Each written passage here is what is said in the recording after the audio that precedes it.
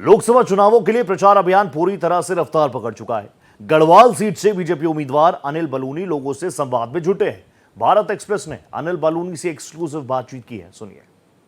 मेरे साथ हैं बीजेपी के वरिष्ठ नेता और पौड़ी गढ़वाल से लोकसभा कंस्टिट्यूंसी के उम्मीदवार अनिल बलूनी जी। बलूनी जी, बहुत दुर्गम इलाका है, तो ये दुर्गम इलाका आपने चुना क्यों? नहीं, देखिए, अपनी मातृभूमि की सेवा करना, अपने लोगों के बीच में काम करना।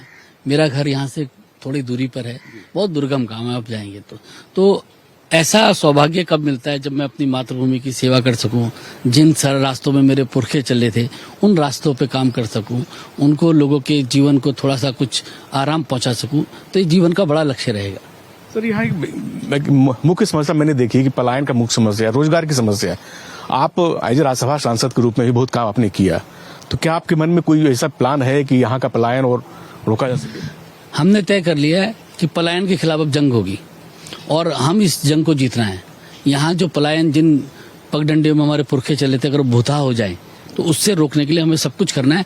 और आप देखिएगा, हम इस जंग को जरूर जीतेंगे। इस पहाड़ को, इस गढ़वाल के क्षेत्र को हम किसी भी हालत में ये पलायन के दंश से मुक्ति दिलाने में लगेंगे। सर, ये जो इलाका है, एक तो हरिद्वार से एक तरफ चाइना बॉर्डर से लगता हुआ इलाका है, काफी दुर्गम भी है और काफी संवेदनशील भी। तो ये संवेदनशीलता को देखते हुए, क्योंकि आप ये उम्मीद कर रहे हैं कि आप अगर सांसद होंगे तो शायद मंत्री ही बनेंगे, तो मंत्री के रूप में आपकी भूमिका क्या होगी? देखिए, ये सब तो खैर बहुत दूर की बात है, लेकिन एक बात तय है कि अनिल बलूनी यहाँ इस गढ़वाल के लिए लगातार लगा रहेगा। यहाँ के लोगों के जीवन को सुगम बनाने के लिए, यहाँ के लोगों की जो परेशानियां उनको समापन करने के लिए पूरी तरीके से लगेंगे। इसमें यहाँ पर्यटन का विकास करना है, तीर्थाटन का विकास करना है, और जितना पिछले सालों में काम हुआ मोदी जी के शासनकाल में वो अद्भुत है।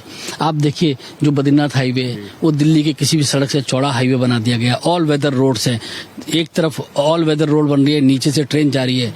एक ऐसा बड़ा प्रोजेक्ट ट्रेन का चल रहा है, उसमें विकास होगा। यहाँ वेलनेस में काम होगा बहुत। आप जो मोदी जी ने कहा कि आगामी दशक उत्तराखंड का होगा, आपको दिखेगा कि कितना तेजी के साथ ये सब कुछ हुआ है। सर, ये कंस्टिट्यूंसी सैनिकों की बहुलता यहाँ पे है, पूर्व सैनिक भी हैं और अभी जो कार्यरत सैनिक भी हैं। तो ऐसी स्थिति में इस कंस्टिट्यूंसी की भी एक विशेष डिमांड है, उन विशेष डिमांड को कैसे फॉलो करेंगे? देखिए, हम तो, ये वीरों की भूमि है और आज जहाँ पर आप खड़े हैं ये वीरों के वीर माधो सिंह भंडारी जी की भूमि है। तो इसमें हम ही लोग इसको करेंगे। और आप देखिए, हमारे यहाँ से तो जनरल विपिन रावत हमारे इसी लोकसभा से, दूसरे सीडीएस अनिल चौहान भी इसी भूमि से। पूरे देश की सुरक्षा इसी गढ़वाल के जिम्मे है, तो हम निश्चित तौर पे उसको और उस परंपरा को और समृद्ध करेंगे। सर, 400 पार, उसमें आपकी भी भूमिका होगी, तो क्या ये माना जाए कि 400 पार की भूमिका में अनिल बलूनी जी की बहुत बड़ी भूमिका होने वाली? देखिए, हमारे यहाँ प्रत्येक छोटे से कार्यकर्ता की भूमिका भी बहुत अहम है।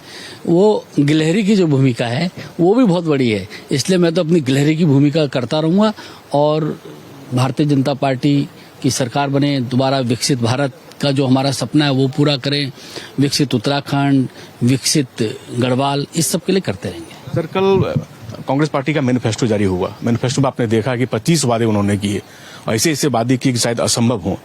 तो उन वादों के बाद सर आपका भी मैनिफेस्टो आने वाला है। प्रधानमंत्री ने कहा कि मोदी जो कहता है वो करता है, तो क्या आपको लगता है कि कांग्रेस का मैनिफेस्टो सिर्फ दिखावा था? देखिए, कांग्रेस के ऊपर क्या किसी को विश्वास रह गया है? क्या कांग्रेस की घोषणाओं पे किसी को विश्वास है? पूरा देश मानता है कि पिछली बार 11 राज्यों में कांग्रेस शून्य पे थी, इस बार शायद 13-14 राज्यों पे शून्य पे होगी। तो जिसने सरकार में आना नहीं, जिसने जीतना नहीं, वो कुछ भी वादे कर ले, उस वादों का है क्या? तो उसमें आरक्षण का भी विवादास्पद, आरक्षण देंगे हम, उसके बाद यूसीसी की बात जो उन्होंने नहीं की। मैंने कहा ना, जिसने सरकार में आना ही नहीं है, लोगों को विश्वास है कि इनको सरकार में आना ही नहीं है, तो उसमें वादे करते रहो। कुछ भी वादे करने से क्या फर्क पड़ता है?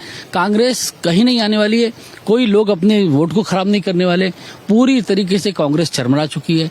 कांग्रेस में जितने लोग हैं वो इधर उधर जाने की तैयारी में है, कुछ लोग, अधिकांश लोग छोड़ भी चुके। इसलिए मुझे लगता है कि अब ये चुनाव में कांग्रेस कोई मुद्दा नहीं है, कांग्रेस कोई इसमें कोई इशू नहीं है इस चुनाव का। सर, वो विवादित बयान भी दे रहे हैं, लगातार राहुल गांधी बोल रहे हैं, मल्लिकार्जुन खड़गे उन्होंने बोला, महिलाओं को लोग अपशब्द कर रहे हैं। तो ये जो हताशा है उनकी। देखिए कांग्रेस का यही काम रह गया है, गाली गलौज की राजनीति करना, ये सब करना। यहाँ के प्रत्याशी भी यही कर रहे हैं, रोज सुबह सुबह गाली गलौज करना, अपशब्द बोलना, कुछ करना।